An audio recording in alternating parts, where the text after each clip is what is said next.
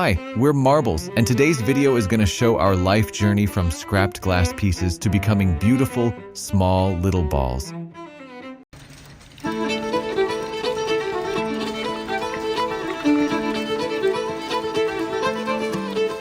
The story of how we are made, told from the inside, where every second, every degree, and every mistake decides whether some recycled glass turns into some cute little balls you guys adore, or we disappear forever.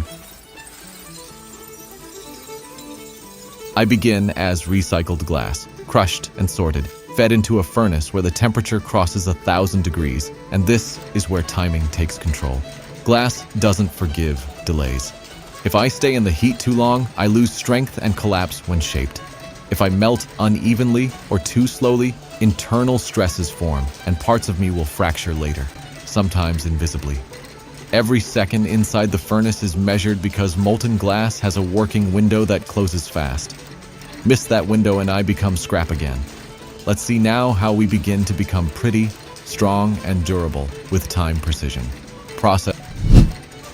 Once I cross that temperature line, there's no flexibility left in the system. The furnace isn't just heating glass, it's narrowing my chances.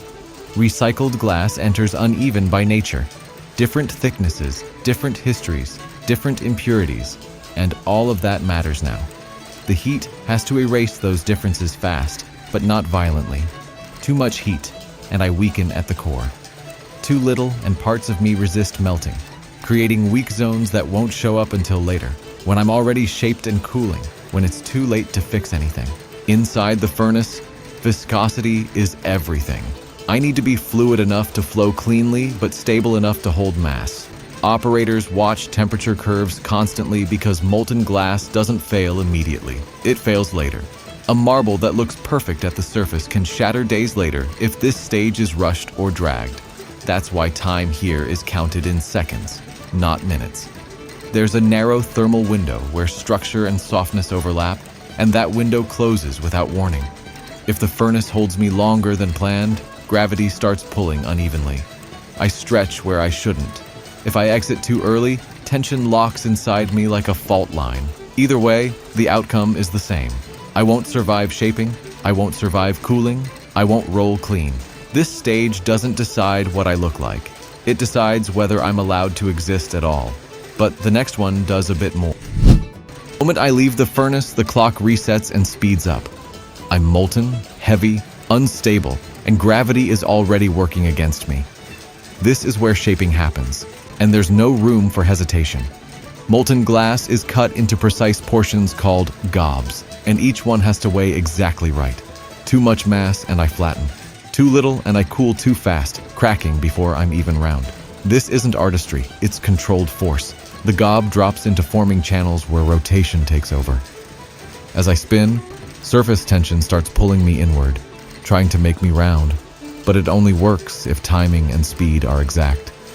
Spin too slow and I sag. Spin too fast and I stretch, creating weak spots that won't show until later. This is where I can lose a limb, a chunk, a clean edge, without anyone noticing yet. Air jets, rollers, and gravity work together here. None of them care what I'm supposed to become. They only respond to physics. Every fraction of a second changes how evenly my surface pulls into itself. A perfect sphere isn't forced, it's allowed to happen. Miss that allowance window, and I come out lopsided, stressed, or internally fractured. There's no fixing mistakes at this stage. You can't reshape glass once it starts setting. If the rotation ends too early or the temperature drops unevenly, I'm already compromised. I might still look fine. I might even pass visual inspection. But structurally, I'm done. This step decides whether I become round or quietly fail. If forming was about speed, this stage is about restraint. I'm no longer molten, but I'm nowhere near stable. On the outside, I look solid.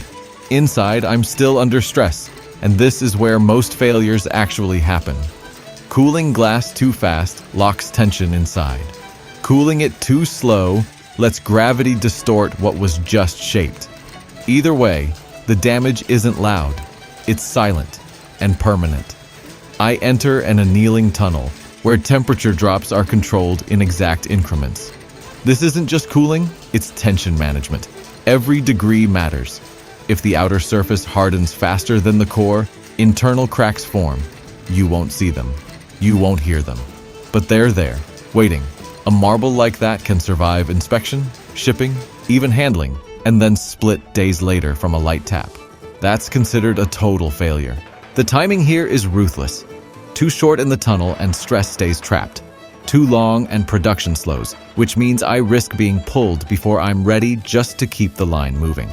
This is where deadlines collide with physics. Machines monitor temperature curves constantly because glass remembers every mistake made here. By the time I exit, I either have balance or I don't. There's no adjustment afterward, no repair stage, no second pass. If this cooling window is respected, I survive as a single, stable sphere. If it isn't, I might look finished, but I'm already broken. This is the last moment where time still has mercy. By the time I reach this stage, I look finished, but that doesn't mean I'm safe. This is where judgment happens. Cameras scan my surface for shape, clarity, and symmetry. Sensors check for internal stress patterns that the human eye can't catch. A marble doesn't fail loudly here. It fails quietly, by being nudged off the line without explanation. Even a microscopic flaw matters. A tiny air bubble, an uneven swirl, a barely detectable imbalance. Any of it is enough to disqualify me. Marbles are expected to roll perfectly, and anything that interrupts that motion means rejection. There's no emotional appeal. I don't get points for effort or survival. I either meet the tolerance or I don't. Rejected marbles don't get repaired. Glass doesn't work like that. They get crushed and sent back to the beginning, recycled into raw material again. That's the loop. Survive the process or repeat it from scratch. Some pieces go through this cycle multiple times before they ever make it out. If I pass inspection, I'm finally counted, grouped, packed, and moved forward as a finished object. Not molten, not fragile, not waiting to crack.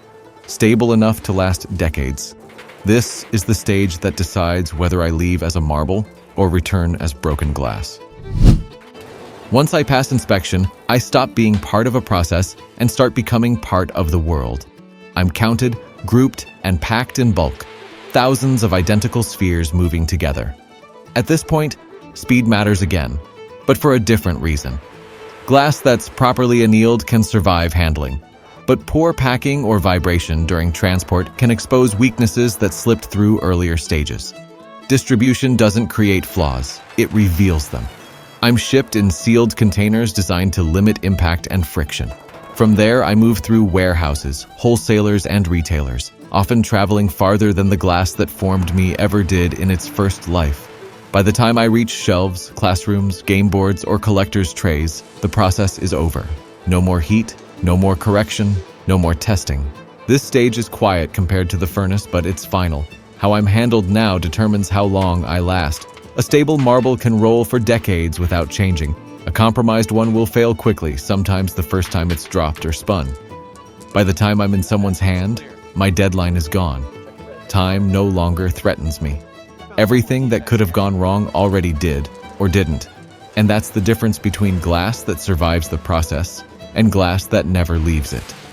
What looks simple, round, and harmless is actually the result of narrow timing windows, controlled force, and decisions that can't be reversed once they're missed. A marble doesn't survive because it's strong. It survives because every stage respects time. Heat, pressure, cooling, inspection, and movement all have limits, and crossing any one of them ends the process. That's the difference between recycled glass that disappears and glass that earns a second life. If you're interested in how ordinary objects survive impossible conditions to become what they are, subscribe to the channel.